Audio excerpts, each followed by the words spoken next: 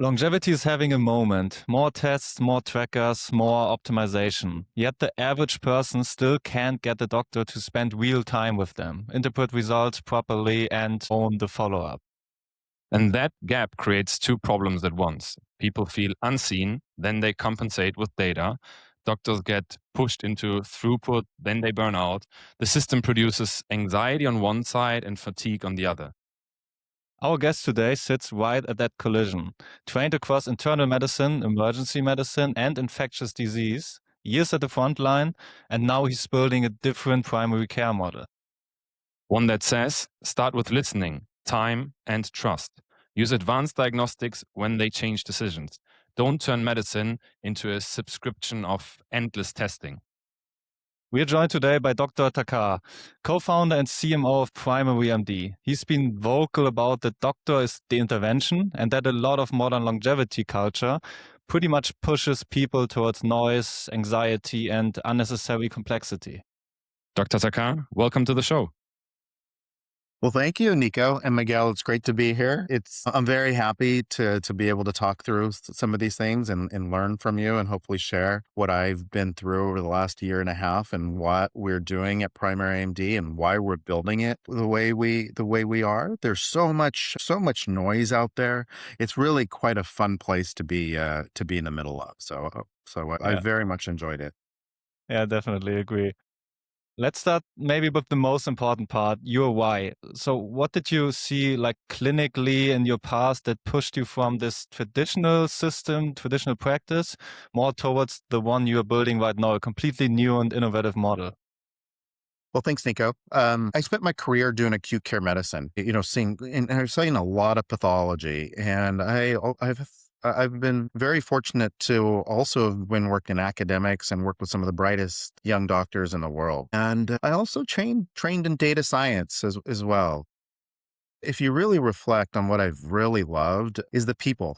I love taking care of the patient. So I went into it because I love the science. And now after doing this for about 20 some years is like the most interesting to me is actually the humanity in the people. And to come in and to be someone's doctor is a privilege. And what brought me into the longevity space is I just felt like there was so much noise. There was so much strange stuff that was out there. And practicing in the black and white is very simple. Like if it's right or wrong and we know it, that's very simple. It's the gray zone that I really love. And in this area, there's so much gray zone, there's so much hype. And I felt that with my background, with a tremendous amount of clinical experience, a lot of experience in clinical epidemiology, this longevity space was very interesting to me. So decided to jump in, feet first, head first, That's great. all in, and felt like when I really did feel that we can change the way longevity medicine and even more importantly, how primary care and care is done. I love the diving in head first approach. Sometimes that's exactly the way you got to do it, especially if this is an emerging field and we need good people leading that field. So I think it's great. And what I've heard, kind of what I've sensed from what you've been saying, is that you love the human component of medicine. And first and foremost, I think that's a great point of view. I think that's what medicine is about, right? It's about working together with people and them making them help achieve their health and life goals. And I think it sounded like that component in the traditional system didn't get enough time. What would you say were the factors that most kept you away in the traditional system to spend more time with your patients in consultations, going over with them, but also just talking to them? Was it billing, admin load, productivity metrics? If you had to pinpoint what the issues were that were keeping you away from spending more time with your patients, what would they be? Yeah, Miguel, absolutely. I guess in emergency medicine, it's very challenging. I love it. You get to be there and help people in times of their crisis as well.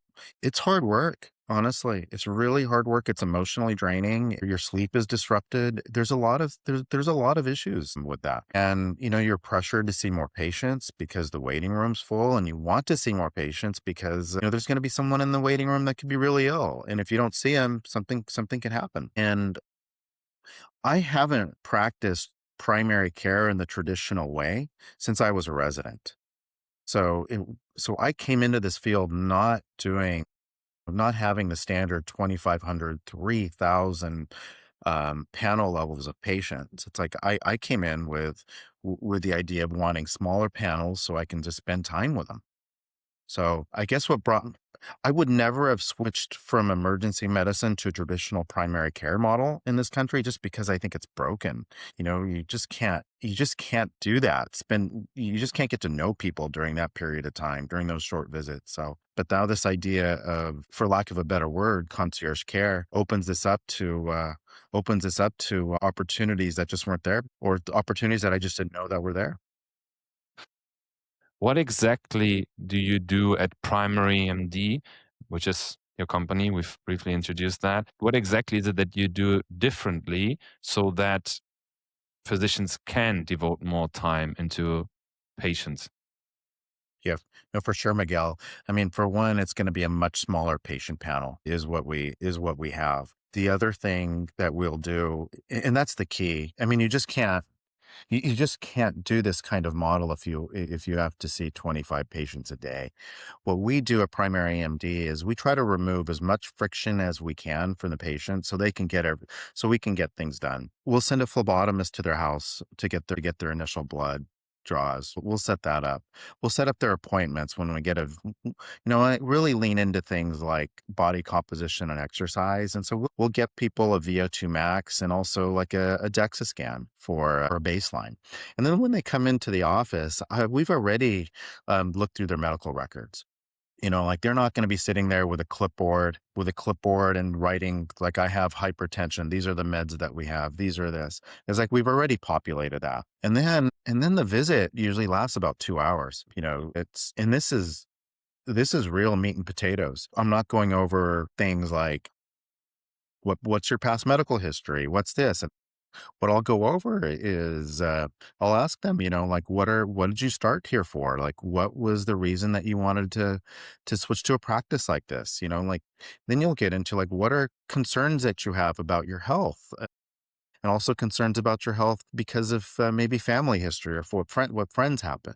Really get to know them and understand what drives them. That I think is so important. And then we'll have labs back by this time, and I'll go over their labs with them, and I'll talk about why you worry about atherogenic lipids, why you worry about inflammatory markers, and go over the physiology of it. I mean, I love that. It's like in my heart, I'm a teacher. If I didn't do medicine, I probably would have been a high school math teacher and a wrestling coach. That's probably what I would have. That's I love that. probably would have had a good life. But I love what I do. Yeah. And now teaching patients about like the why. You go over why saturated fats might raise your atherogenic lipids, and why sugars can, and then you see it. 'Cause my patients are very smart. They're very, very bright. And when they sort of understand the whys, and I think it makes implementation a lot easier. And then after my visit, then they have unlimited visits with our health coach. And then they're a certified health coach, and ours is wonderful. She's extremely bright, was an attorney before she went into being a health coach. So she's very used to dealing with people that are very busy, that just don't they're not like Instagram or they're not Instagram health influencers. They just want to be healthier. Real people.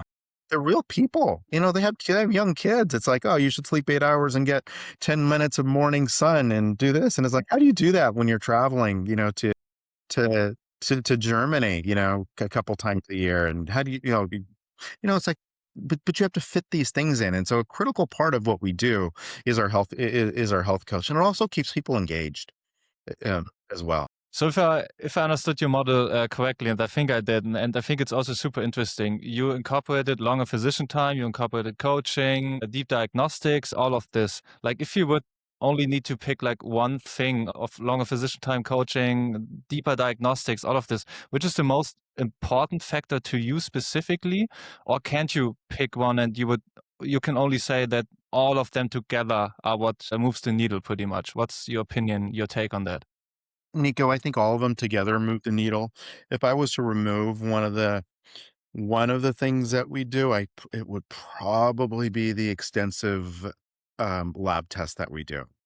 I think we could Interesting. potentially, I think Very we could interesting. potentially, I like them, but if you're really saying what should we take out, it's like, oh, there's probably, we probably test more than what what is absolutely needed to move the needle. I would not want to remove the health coach. I can potentially shorten the visits a little bit, but I like it. I get to know people, and then they get to know me. And then when they call, it's so much easier to remember like their medical conditions when you know them as a human. I love this. Definitely. And I I, think this I, is I I personally think this is like extremely interesting because if you go on LinkedIn or Instagram or some other platform, everybody is just talking about data and you need to get this lab test. There are like plenty of new companies, Superpower, Function Health, all of them 100 plus lab markers. But most of them are still forgetting about the human touch points, like actually someone listening to you, taking your anxiety, actually walking you through the results and just really listening to you as a human speaking to you. And I think this is the single most important part. And then also the coaching aspect, just to really push the adherence up, like that people actually do the lifestyle changes which move the needle the most. We all know that. So I think this is amazing what you built there, pretty much. Well, thank you, Nico. It's been fun. It's been very rewarding. It's been a lot of work. I'll tell you that though. Yeah, I I can can imagine. certainly believe that, but it's really interesting because it's such a it seems contradictory to what's currently trending, even though looking at it more deeply, it's not contradictory at all, right? Because this aspect of human centric medicine is such an important one. Yeah, so great what you're doing. If I may dig a little bit deeper into how exactly it works. So people are having some sort of membership, is that correct with you, where they pay a monthly fee and then they kind of get taken care of throughout the whole year? Did I get that correctly? Yeah, that's right. But it's a yearly fee is the way they do it. Yeah. And then it's essentially unlimited visits with me, but no one wants, people would rather spend time with their family and doing things that they like rather than come and Makes sense. see me. So it works out okay.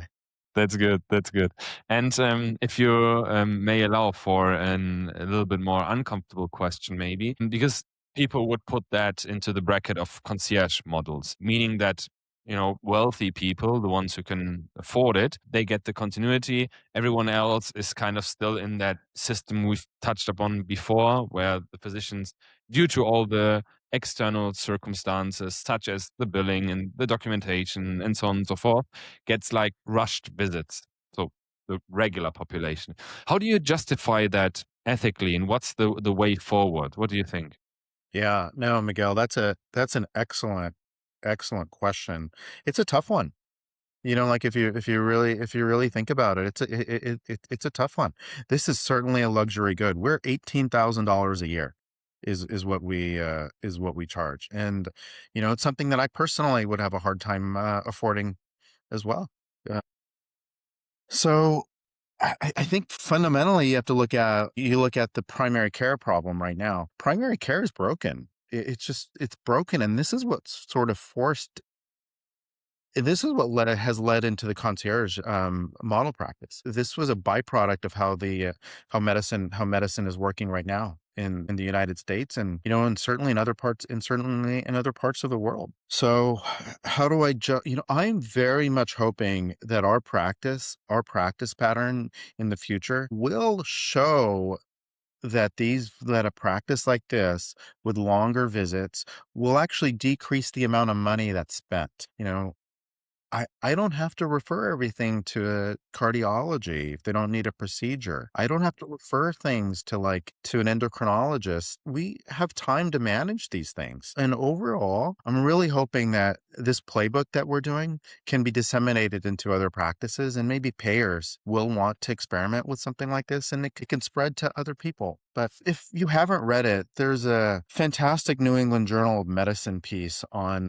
primary care and concierge medicine. It's interesting, and it talks a little bit about that too, on why people are leaving and going into models like this where they actually are listened to and have time.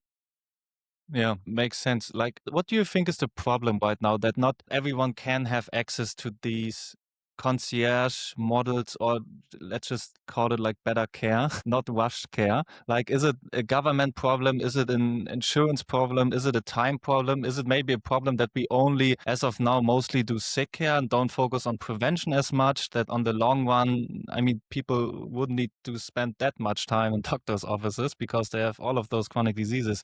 Like, what's the main problem here? I think it's the billing. Like how it's billing, and that turns out to be the problem with volume. If you have to if you have to see 25 patients a day to be able to make a living, it's a problem. I've spoken to other doctors. It says like I have the 15th patient I see that's where I start to actually make a profit.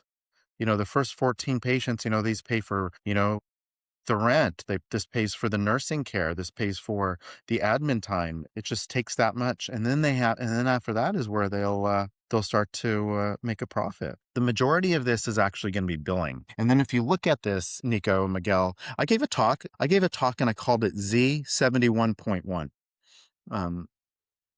And a very, very,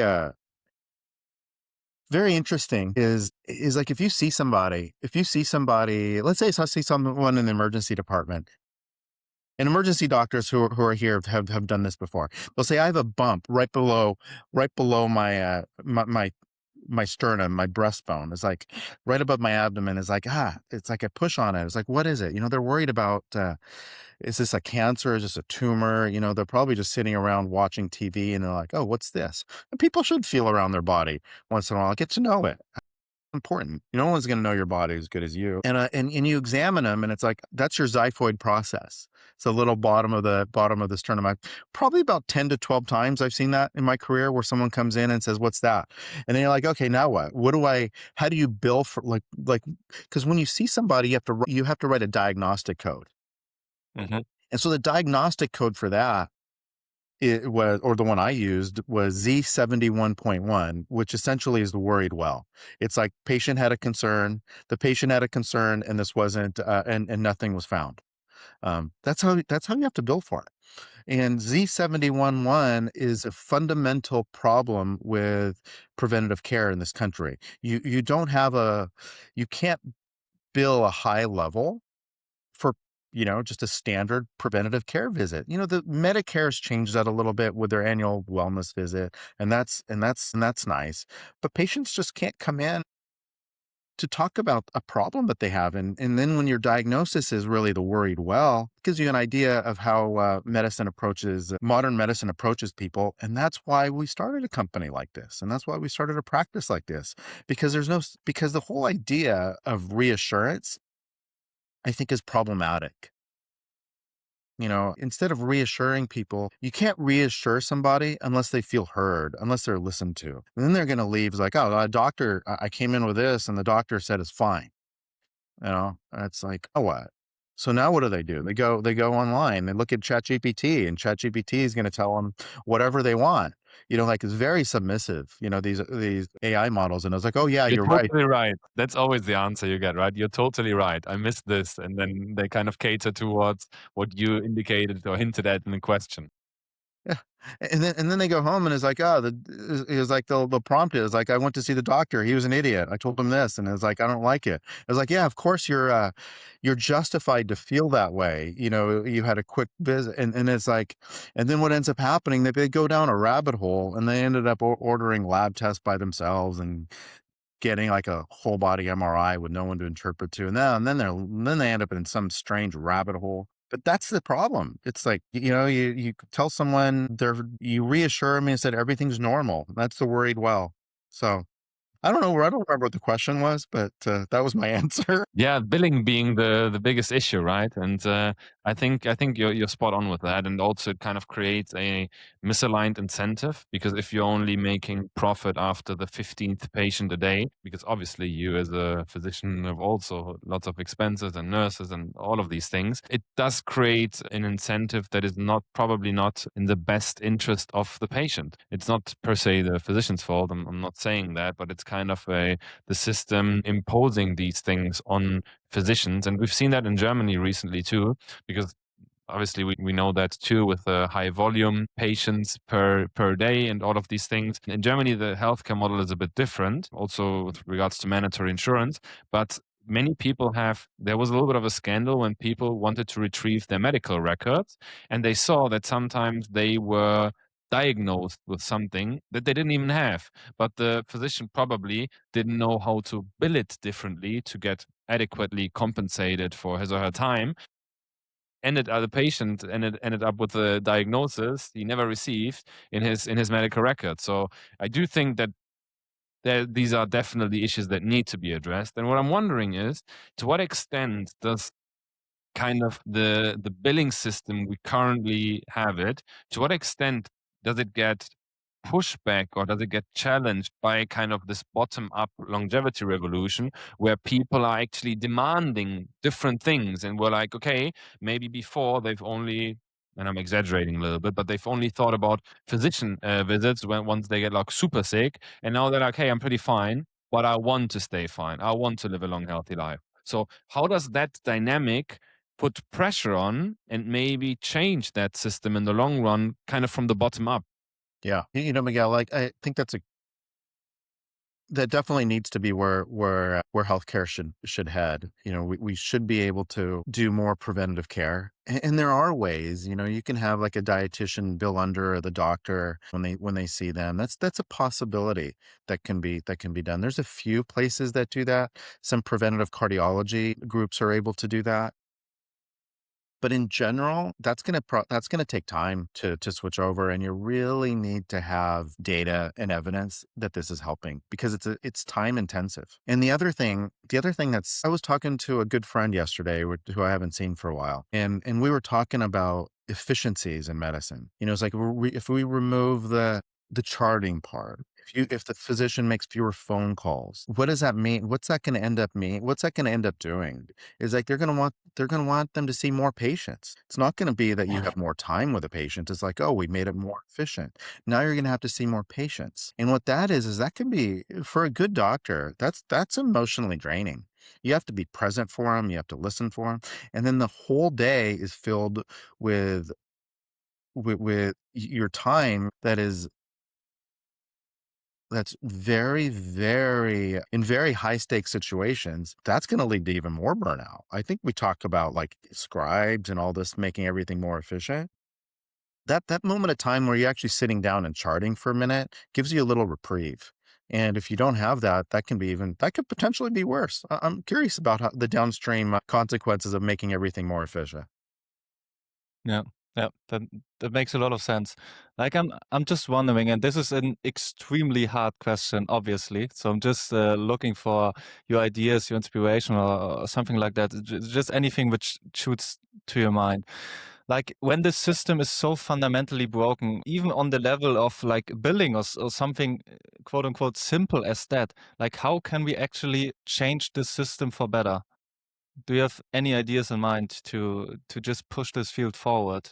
Like, where do we need to start even? Yeah, Nico, what we did right now is we have a sandbox right now, is what I called it in the Bay Area. Our office is in San Mateo, and my practice is nearly full. I'm right now, and we've been open for a year and a half, so people have Mhm. really liked it, and we do have been very lucky. Also, we've had 100% renewal as well for my patients. That's big. Congrats. Thank you. Thank you. I owe a lot of that to the team and my medical assistant, our care coordinator, health coach, co-founder. All of this has been, and we opened in New York now. And we brought on another doctor in New York who's absolutely fabulous. And we're starting that. And to answer your question, the way this can be changed is we have to demonstrate that this type of care is better. If we actually show that this type of care is better, I think we can then I think there are going to be some progressive insurance plans that'll be willing to pay for it. And the idea is like if you can keep one person out of the hospital, this membership would pay for itself. It would pay for 10 people is what it would. And if we have fewer referrals, that's fairly expensive. You send somebody to a specialist, all of a sudden they go down some rabbit hole getting all kinds of tests that they come back because the specialists only have 15 minutes to spend with them. And so sometimes what they want is more data. where actually what you need is time. It's such a good point. Honestly, I love also the angle that if we want to fundamentally change things, we need to prove that the, let's call it new version, is fundamentally better also for all stakeholders, because in the end it needs to be financed somehow, right? And that might be a little bit of a trade-off, if because sometimes I have the impression that people know that things such as prevention will pay off, but likely not this or next year, but like in the long run. And financing terms are kind of mostly just a couple of years, and there's like a bottleneck here and there that needs to be fixed. And so if we fundamentally have like a proof of proof of concept showing, hey, this is the amount that was also saved, then you might get even more people on board. And this, in combination with the people demanding new things, will hopefully drive positive change. As this already touches upon this whole longevity movement, let's call it, I would like to hear your background or your view on this, having the background in infectious diseases, because that's also kind of where you had to always think about harm from intervention, right? Because like people are chasing the newest things, whether it be IV drips, peptides, stem cells, whatever it may be that now is currently hyped, and people want that. And then some doctors also give it to them, but then also the questions like, what is it going to do short term? Was it going to do long term? And all of these things. So harm from intervention is definitely a very interesting topic. Having that infectious disease background in mind, such as, antibiotics and their potential resistance, microbiome damage, mitochondrial toxicity. How does that background shape how you think about these new up and coming hype interventions in longevity?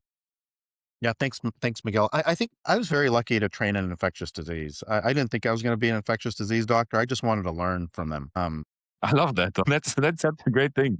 I just wanted to learn from them. They're some of the best doctors in the hospital. And so after doing I did internal medicine residency, then I did emergency medicine residency, and then the infectious disease program at UCLA made a spot for me. Fortunately, like they had some funding, so I was able to tag along, and it was fantastic. In addition to like the understanding about antibiotics, which is very important. It really teaches you to think, to be a detective, because you get called as an infectious disease consult sometimes not just because they think they have an infectious disease problem, it's because they're not quite sure what's going on. And so you see people, and additionally, you get consulted throughout the spectrum of specialists in the hospital. Surgeons will call you for for wound infections and post-operative infections. Then you'll see the myriad of strange infections that will come in that the hospitalist team will ask you, and then so you just see so much, and it teaches you to be a detective. To take a step back and look through all the data is one of the things that you really learn. And to highlight this, I think one of the things that really helped me as well is during the COVID epidemic, when it first started, when we really didn't know what was going on. I saw most every COVID patient in our hospital. I put my ID hat on, and the ER was a little bit slow, and my group we didn't have an ID doc. Well, really didn't have much of an ID doctor at that time in the hospital because of some personal illnesses. And so I saw all the COVID patients, and it was really strange because during that time we were using things like hydroxychloroquine, or our guidelines were using antiviral. We were doing things that China was doing, and it was just passed down from Italy, and then that's what University of Washington said we should do. And I was looking at this, I'm like, this is really strange. This is really, really, really strange. It's like hydroxychloroquine is like, sure, it's a malaria drug. And it was like the mechanism was endolysosomal uptake of the virus, and it worked in SARS. And I'm like, there's no way this is going to work. And so I was like, there's no way. I was looking at this, and it's like, we're getting EKGs on everybody to make sure they don't have any problems with the medication. And I'm thinking, this is not going to make sense. And it turned out it didn't work. And and that training you have an ID, and just to be a little bit skeptical, I think is so much helpful in this longevity space. And when you start looking at like things like hydroxychloroquine, it's very similar to like if something has a plausible mechanism and it worked in a mouse, then people are using it on themselves. I think this is completely crazy. I think I talked about this, and I was like, is like a mouse has a metabolism. I'm making this up, so please, if I'm wrong, quote me, but correct me. Is like 300 times that of a human. The life expectancy is much shorter, and they just age different. So if something works in a mouse that's fed a certain diet the same way, and then you think it's going to work in a human, I'm like, this is crazy. And it's like we've been trying this for 50 years. Now all of a sudden, podcasters start promoting this, and so then people start taking this, and some influencer is going to start doing something. It's wild. And you could look back in history, and antioxidants are a clear example of this. And I think we'll talk about that a little more when we go into that. But to answer your question, my ID training helped me. My ID training and my training in clinical epidemiology and data analysis is really, I think, one of the reasons why I jumped into this field, because I thought there was a lot of room for approaching this with integrity, with data, go slow, go thoughtfully, and make sure you do the fundamental medicine first before you start going into some of the experimental stuff. That makes a lot of sense, and I can totally agree and relate on this topic. Just one thing I'm always wondering myself, also when I write a LinkedIn post where I'm talking about people like doing some random experimental stuff, I'm always wondering if there are Like me. only downsides to this, if they are not, if there may be upsides to this as well, because if you look at this from a different viewpoint, for example, a person trying something out, then maybe collecting data, and then all of a sudden the person gets better, and then maybe a lot of people get better, and then maybe studies will happen to just investigate this, and then maybe you will eventually, most of the cases probably not, but in some cases maybe you will find out that there is actually something even more than the placebo effect, randomization, all of this only bad in this, or can there be also good in this experimentation, biohacking movement? Let's call it like this. That's a great question, Nico. That there probably will be something that works a little bit. There probably will. You just don't know what it is right now. You just, on the future, you might look back and be like, oh, this makes sense. And you go back in time a little bit. A few years ago, we thought growth hormone was going to be the anti-aging um, thing. And it was like, oh, it makes you younger, it keeps you stronger, your muscles are better, but also increases bad stuff like cancers and things that you don't want, that are really the antithesis of longevity. Like, if there's something that is going to make money, I don't know. You look at this, or that's going to work. It's going to make a lot of money. And pharmaceutical companies and universities are far more equipped than the N of one experimenter. And I'm mostly a skeptic if someone says things work. Although I don't know. I've taken like like a gob of NAD, glutathione, you know, B12, and it's like, oh, I feel better. It's like, I don't know, like maybe there is something to it. So honestly, it's very interesting to me, but I don't think that's the place where a new molecule is going to come out by people just randomly experimenting and then crowdsourcing it. I just don't think that's the way it's going to work, unless this crowdsourcing is going to turn out to be something better. Yeah, I think it's an interesting topic because I'm a big proponent of personalized risk reward ratios because it might be very different from person to person depending on what the current state of that person is. If there are, let's call them safe alternatives to getting them better or not. So I do think, especially if you're talking about someone who has already been struggling with issues and hasn't really have received the sort of care that kind of brought the breakthrough in their own health journey, I do think that it's valid for them to go a bit more experimental route. Obviously, there's layers to this. You can from changing your diet a little bit to going very extreme measures. That's the spectrum is certainly very broad there. I do think it's interesting though if kind of people exchange their own experiences and kind of again from the bottom up kind of make maybe companies who would be able to fund things But again, that might also be a misaligned incentive if these things can't be patented to conduct these studies. Because obviously these studies, if you want to run a proper randomized controlled trial with many people involved or with everything you need to have, it costs quite a bit of money. Yeah. And the question is, who's going to pay that? Without a doubt, Miguel, it takes tens, hundreds of $1 millions to bring a drug to market in the US, to be able to test it, to get the randomized trials, to go through phase 1, safety trials, 2, 3, phase 3, and then getting it out to market. And then you'll have somebody in India or China just copy it and make it as well. And it's very challenging for pharmaceutical companies to do this the way it's set up these days. So yeah, it's not perfect. It's not perfect these days. You look at GLP agonists, for example, they are some of the most profitable medications in the world right now. And my understanding is GLP was first discovered in 1983. We knew there was a molecule there in 1983, and then there was you had to do it by IV infusion, and it lowered blood glucose for a little bit, but it was very difficult to be able to, but it broke down so quickly. And it took years, and maybe up till 2005 before it was actually being able to be used, before you had the first agonist out there. So it does take a long time for it to work. This is a very interesting story.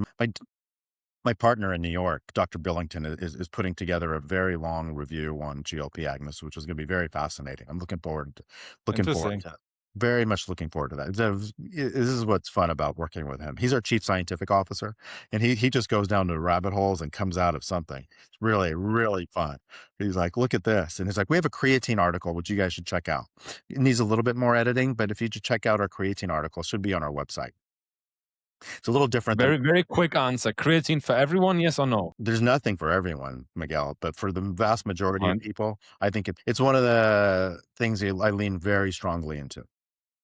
Because I was in the US 2 weeks ago, and I took a picture of an advertisement saying creatine, the supplement for everyone. And I just took a picture of it, and I actually posted it on LinkedIn too, because I was like, in Germany, you would never be allowed to make such a claim. Like, there's from the regulatory point Yeah. of view, there's vast differences.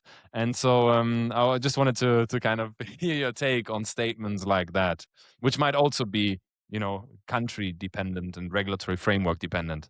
Yeah. Well, for everyone, there's nothing for everyone. I Maybe agree, yeah. oxygen, maybe oxygen. I don't know, food, like water. Water would be a good idea. Water for food, of course. It's unfortunate in this days that people are so hungry and malnourished. It's very, very, very unfortunate. But yeah, for most people, I think creatine is hopeful, and I'm a skeptic. I think we like 2 to 3 grams for most people is really helpful. Now, if you get into the 10, 20, then I get a little skeptical. Is it really going to be neuroprotective? I don't know. That I don't know. My feeling is it's probably not. That's what I think. Now, going back to what you said before about someone who's went to doctors and nothing's really worked. Allopathic medicine doesn't have cures for everything. And I'm a strong believer there's healers in many other fields. And it's very important, like acupuncture. I think that works fantastic. We don't know what the meridians are, but it's not that it works. It really does work for many things. And if we MDs and DOs are not open to other fields, I think it's a problem for both us and for our patients. And so if I've told many patients in the ER who've they've seen many specialists, they've seen gastroenterologists, they've had abdominal pain, and I specifically tell them, and it's like, I don't know what's going on. You've seen a lot of people here, and it's like, maybe you should see a naturopath. Maybe you should see a naturopathic doctor. Maybe you should see an acupuncturist, but we haven't been able to find out what's wrong. So, but I can't recommend it because these are areas that we don't know. To add that, starting a Substack just now. I think hopefully we'll have a little bit more time, and it's on these lines, Miguel and Nico. We called it. I'm going to go back to the original mixed martial arts, the original MMA years ago. Years ago, when it first started, we saw people that was like karate versus boxing, jiu-jitsu versus wrestling. And it was a pure sport, it was like, and they go out and they challenge each other. and you see what sport is better. It's very, very fun, to watch it. It's certainly a little violent, and it's not for everybody. And it's probably not good for someone's longevity if they're getting hit in the head. Probably not. But what you see now is it's merged into sort of its own sport. Like no one does like kata karate move. They're not sitting there like from Bloodsport, sitting around doing these moves. But they've taken parts of many different specialties. Like boxing. Like everyone needs to strike. Everyone needs some ground moves. All of this stuff like that, or they're just not going to be successful. They take their original area, but then they add on other things. So we called our Substack Mixed Medical Arts. Love that. Is what we're calling That's it. good. And what I want to learn is I want to learn more from people in functional medicine. I don't agree with a lot of things that people in functional medicine do, but I like some of the stuff, and that's what we're taking in. I don't think any chiropractors get a really bad name, but I don't think anyone else understands joint loading and movement as a good chiropractor does. And I trying to learn from them, trying to learn from other specialties, and sort of bring it into what we're doing at Primary MD. Bring in the best from sports physiology as well. Nutrition. Learn a little bit more, and that's what we're doing. Trying to be humble about it. Learn from other people. Try to reject the garbage, and there is a lot of garbage. There certainly is a lot of garbage. It's challenging, but it's also very rewarding for me because you get to learn from people that are very good in their field, and then you get to integrate it in what we're doing. To be honest, Dr. Takhar, this is one of the best takes I've heard. Comparing this to mixed martial arts, mixed medical arts, I love everything about this. I think Same. it's a perfect take because ultimately, and this is what's implicit in that, it's getting the best outcome for the patient, right? So like having a goal of like making that patient better, and then seeing what's kind of the best way of achieving it, and having to remain open to all of the things that are maybe in the toolbox, and see which one is most adequate at that moment for that patient with that risk profile. And I think that's a great take. So I would wish more traditionally trained doctors, and also people from the more alternative space, would kind of not think in kind of us against them, but kind of, okay, what does the other person may know that I might miss at this point in time, and how can we together achieve the best outcomes? So I think it's great. If I just may ask one question in general, where would you say, or where would you want to see allopathic traditional medicine put more emphasis on? Is there one topic, one sector, one thing where you're like, I wish in the next couple of years, obviously through the standard process of more studies and then being kind of guideline medicine, should receive more attention? Which topic would that be? Miguel, it's probably preventative. It's probably preventative care and well visits. I think we should put more emphasis into that, and we already are starting to get into that way. More nutrition is being taught.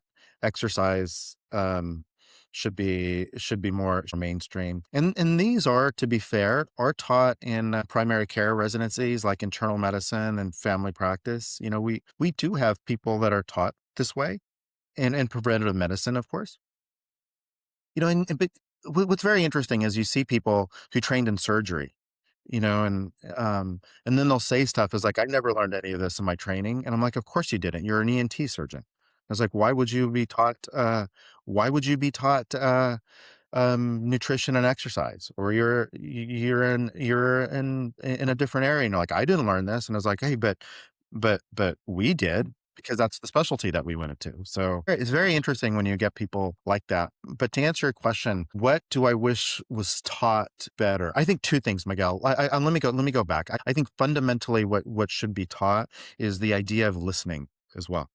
Although here I am Love that. talking the whole time, just going blah, Good one. blah, blah. You're sharing your wisdom. That's great. This is how people learn, right? I think the whole idea of listening should be taught. I think it should really be explored, almost maybe a couple month course on it. And you hear stuff like, you read a book and it's like, oh, you repeat what you said, repeat what they said, nod your head, do that. And it's like, that's garbage. That's complete garbage. That's very, very elementary. I mean, sure, start that way if it's helpful. But with the way I used to teach it to residents and other people, I used to like to teach like how to take a history, like how to really talk to patients. I taught a few lectures this way. And I think fundamentally the most important thing is listen to them because you care about what they're going to say.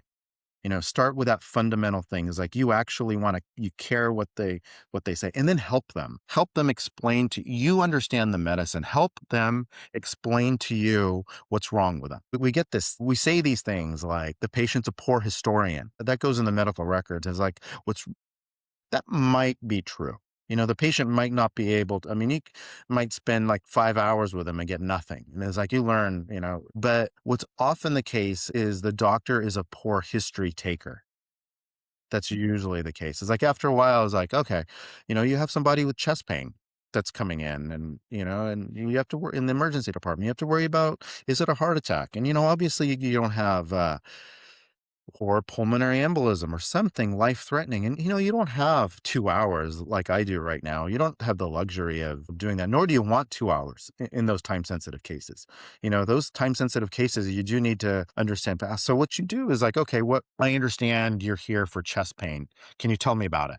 Mm. Instead of going, oh, what brings you here? Or like complete open-ended, like, I understand you're here for chest pain. And they're like, yeah, I'm here for chest pain.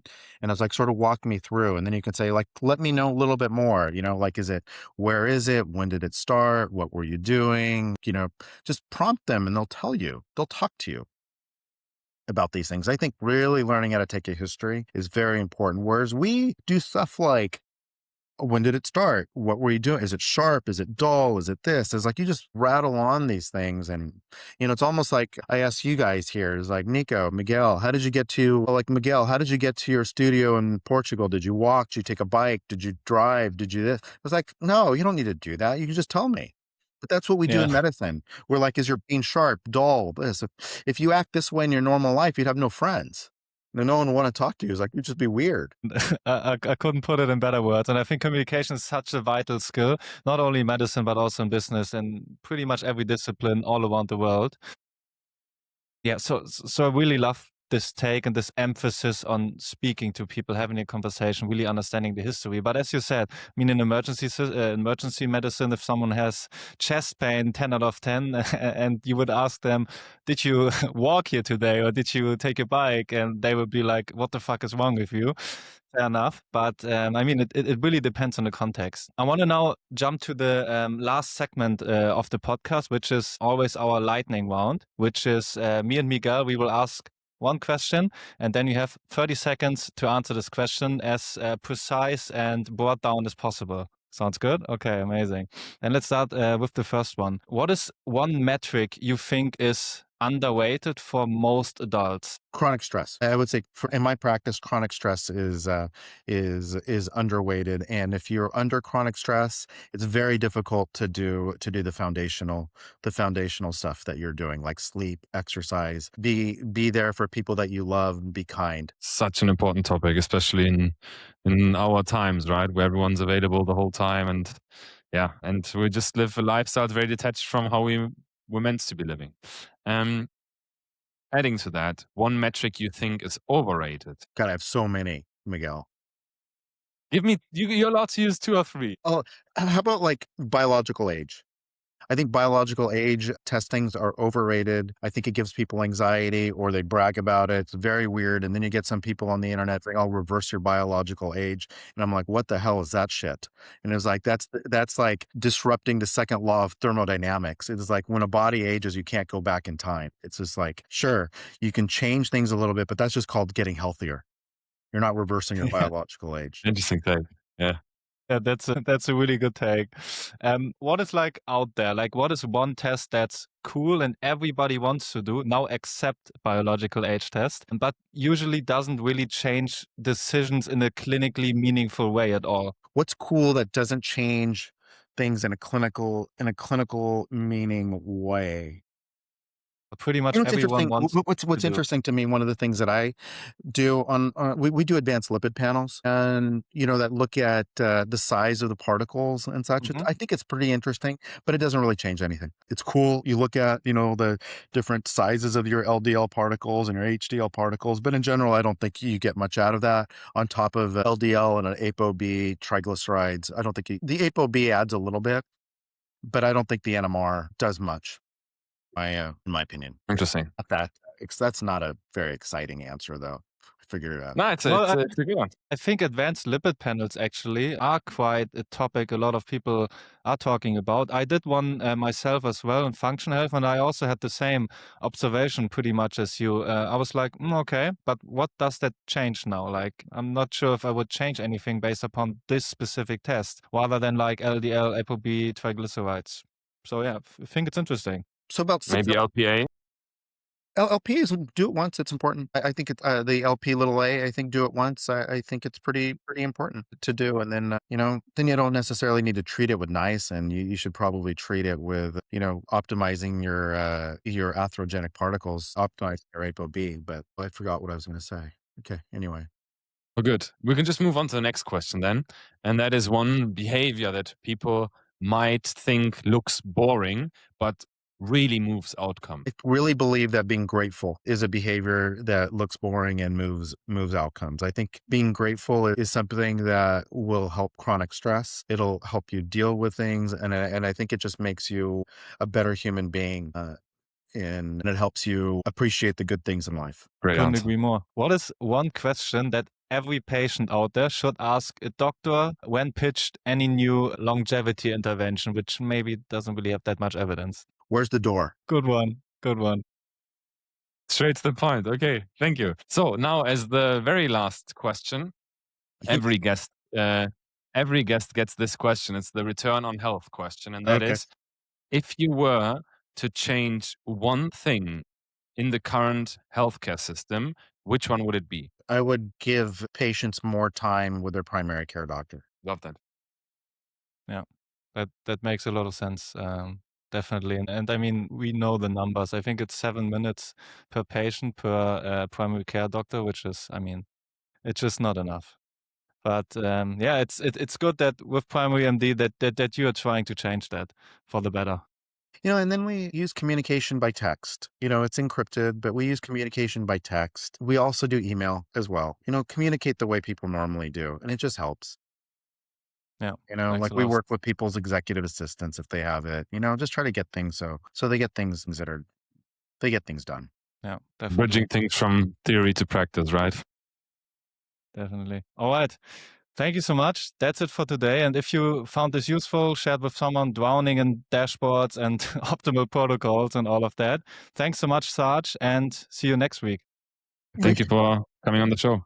I appreciate you guys, and I enjoyed it. That was fun. Looking forward to seeing the final product of this, and looking forward to seeing who you talk to next. And please reach out if you have anything interesting.